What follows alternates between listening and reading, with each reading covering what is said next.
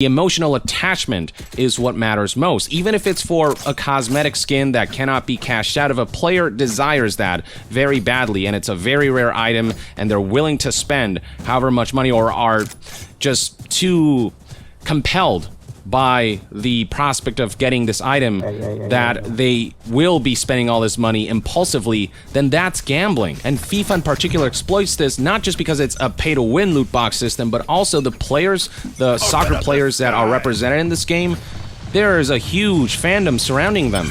There are people who are emotionally invested in these players and want them just because they love Lionel Messi or Cristiano Ronaldo and whatever famous player. These are highly coveted players, not just for the gameplay effect or their monetary value, but because of who they are, because of how many people are emotionally attached to them and are fans of them. But on the topic of cashing out, Eurogamer notes you can cash out. I can do a quick Google search now and sell my FIFA Ultimate Team coins. FIFA Ultimate Team coins is one of the items you can get in your loot boxes. I can sell them for real money, and it's super easy. Indeed, it's hardly difficult to find a third-party website that exploits the gambling platform that EA has created here.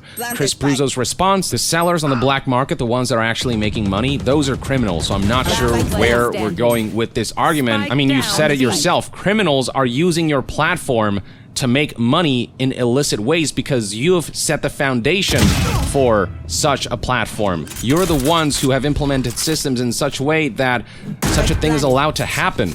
And you've done nothing about it, because doing something about it would affect your bottom line, and you care more about your bottom line than your customers and their health and their well-being. So where we're going with this, Bruzzo, is that if your game is in such a state that criminals can exploit it to make money, maybe it's time to reconsider its design. Eurogamer then says, okay, you say you can cash out, but if you look at the research published earlier this year, commissioned by the Gamble Aware charity, that report, and I quote here again, many gamers do ascribe discrete financial values to loot box contents based on purchase or resale price, suggesting that many loot boxes meet existing criteria for gambling regulation. I don't believe that financial value should be the criteria to define whether something's gambling or not. Again, there is the emotional value component, but even in the current language of the law, because of how FIFA works and because you can technically cash out and because people place monetary value on loot box items for these types of games, it still holds up. So even if you couldn't cash out in a black market or accept that it isn't an issue, the fact that gamers ascribe discrete financial value to what's in loot boxes has the same effect. People really covet this stuff. Bruzzo's response is basically, yeah, we hear you, and again, we are taking action, but again, it's mostly insignificant action that's hardly had any sort of impact. They're just trying to look proactive, not actually being proactive. And with any potential of making progress on this front, EA has fought back against that. What does that tell you? Eurogamer then asked, would you ever consider taking out the ability to spend real-world money on FIFA Ultimate Team's loot boxes? Chris Bruzzo responded as follows. The ability to spend real-world money in the game represents choice for players. Again, there is no real choice. There's only strong arming. I'm 52 years old as of about a month ago. At 52, I don't have as much time as I did before. When I was 22, I could play and build the kind of team that I wanted to build. I assure you, even at 22 years old, Bruzzo, if you're playing this game legitimately, you cannot possibly hope to achieve the dream team that you want. People have done calculations. This Twitter thread in particular by Scuts TV highlights just how much time and money it takes to assemble a dream team like this one. For such a dream team, if you approach it purely through gameplay, it takes 916 days of 24/7 gameplay. That's well over 2 years of straight gameplay. And if you do it purely spending money, then we're looking at a figure of roughly 79, almost 80,000 pounds, which is over $100,000 worth of FIFA points in order to create this dream team. So either you have to be very rich or literally have no life. And keep in mind, progress doesn't carry over to the next FIFA game, so you literally don't have enough time to make a dream team like this because FIFA is an annualized franchise. So this notion that if he were younger and had more time, he could build his dream team is wrong. And this idea that players have a choice is 100% wrong. The choice of two awful paths is no choice at all. Eurogamer then swings again. I think you're downplaying the spending real-world money aspect of Ultimate Team. You're making the point that the minority spend, but we know from EA's own financial reports that Ultimate Team as a mode makes an incredible amount of money, way beyond the dollar sales of the game itself. Yes, the minority spend, but it's obviously EA's mega money spinner. And that's another good point. Within that minority, which is still a significant portion of people, the fact that so much revenue is being generated from such a minority of players goes to highlight just how much these people spend. And some of them might just be rich enough that they're able to spend that much money, and, you know, if they want to spend that money on FIFA loot boxes, that's their choice. But there are others who are just addicted. We have seen plenty of news reports and research on this.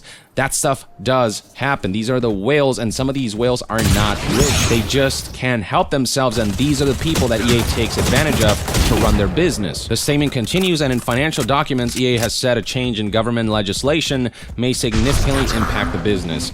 EA is clearly aware of the importance of spending in Ultimate Team. Eurogamer then raises an interesting question. What will you, EA, do if the UK government returns its report by the end of this year as it's expected to, and says flat out that loot boxes should be considered in class as gambling? What will you do then? Chris Pruzo's response reads, "We will work with the government. We are ready. We are already at the table. We continue to bring actions all the time. We'll bring more. We are ready," says the man working for the company that tried to take Belgium to court after Belgium ruled that within their definition of gambling, loot boxes should be considered gambling and regulated as such. They're not trying to work with the government. They're just trying to ensure that the government is on their side. The last thing EA seems to be willing to do is work with government officials and regulators who go counter to their business strategy. Pruzo then makes the classic argument that we need the money. It takes resources to make these games over and over again. It just does, says the man working for the company, basically releasing the same game every year, or a version of the game that's basically a patched version of the previous year's game.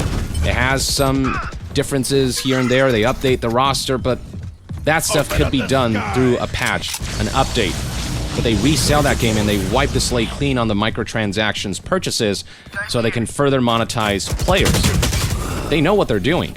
And they certainly don't need to push monetization that hard to stay in business and to develop these games. This is bullshit, this notion that we need to monetize this hard to keep the lights on. They just want to make all the money, not enough money. Pruzo finishes off with, "We need those revenues in order to continue to pay our developers so they can continue to make more value and make the game more fun over time." I love how he makes it about having to pay developers when executives are getting paid millions upon millions of dollars that could be disseminated to developers, because these executives don't deserve to be paid that much more than what ground floor developers make. I don't see that changing. I think players are clearly responding to the fun that they're having with ongoing content being distributed in the game.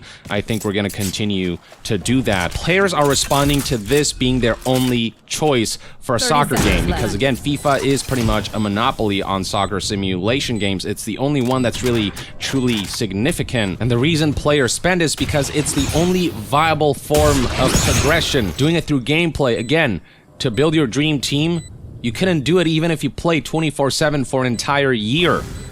And so of course players have to spend. Again, it's really no choice at all. And even the people who do enjoy FIFA will tell you, yeah, the loot boxes need to be dialed back, and that there is a more fun FIFA out there to be made if it weren't for the greedy intentions behind EA's business model. If it weren't an annualized franchise that forces developers to only make small incremental upgrades every year because they just don't have the time to make a full-fledged, truly new game, or one that has a significant upgrade over the previous entry. If it weren't for the loot boxes that Ultimate Team is centered around, thereby ruining the gameplay loop,